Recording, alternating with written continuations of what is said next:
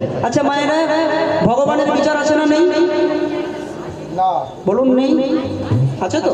ভগবানের বিচার আছে তো? এই দেখো, আর আমি যদি বলি ভগবানের বিচার নেই, ভগবানের বিচার আছে, আপনারা বলছেন হ্যাঁ। এই দেখুন, এই গত মাসে কুমিরমারিতে অনুষ্ঠান করতে গেছি, কীর্তন পরিবেশন করতে। রাত 8টা থেকে 12টা আমার গান হয়েছে।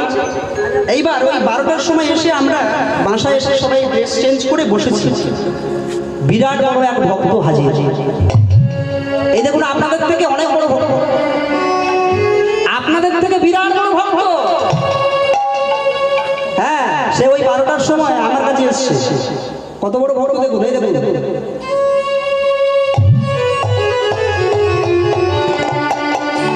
এটা হাঁটতে পারছে না, এত খেয়েছে। হ্যাঁ, খেয়ে আমার কাছে এসে বলছে, বাপু বাবু। আমি বলছি বলুন বাবু।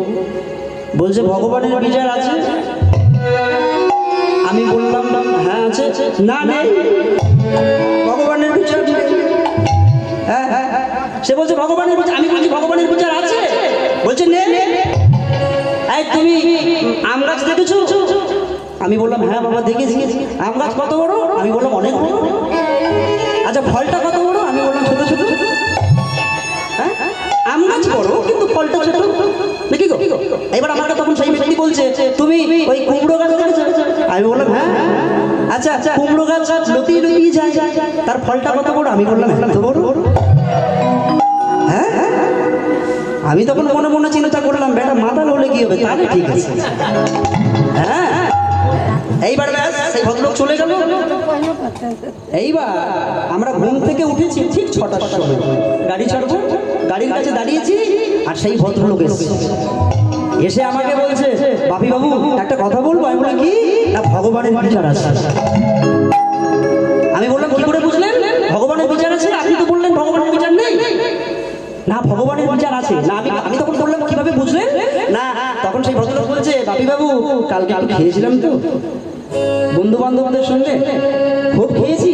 আর বাড়িতে গেলে ওই বাবা মা যদি বকাবকি করে, সেজন্য করে আমাদের বাড়ির সামনে রাস্তার পাশে একটা আম গাছ, সেই আম গাছের নিচে আমি বসে বসেছি। আর বসে পড়ে কখন যে ঘুমিয়ে গেছি আমি নিজেই বুঝতে পারি। আমি বললাম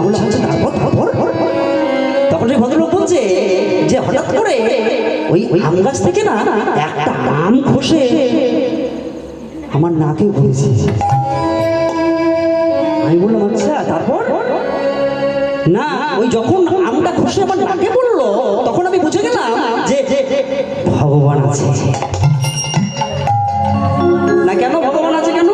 না ওই ওই ওই আম গাছের মতো বড় গাছে যদি কুমড়োর মতো ফল হতো, হ্যাঁ, আর ওই ফল যদি আমার নাকে পড়তো, হ্যাঁ গো আমি মাস্তান না, তাহলে ভগবানের বিচার আছে না? আছে তো? তাই তো বলছে রাধে রাধে রাধে রাধে রাধে রাধে বল, রাধে রাধে রাধে রাধে রাধে রাধে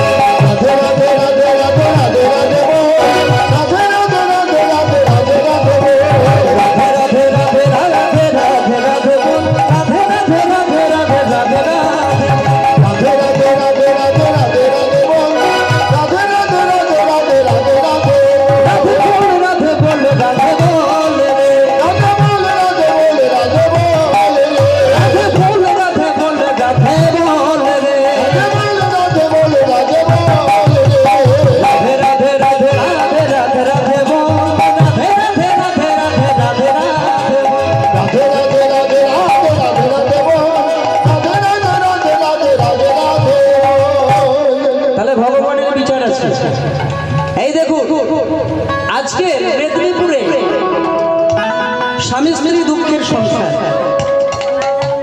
এই যে দেখুন, যারা ভগবানকে ডাকে তারা বেশি দুঃখ পায়।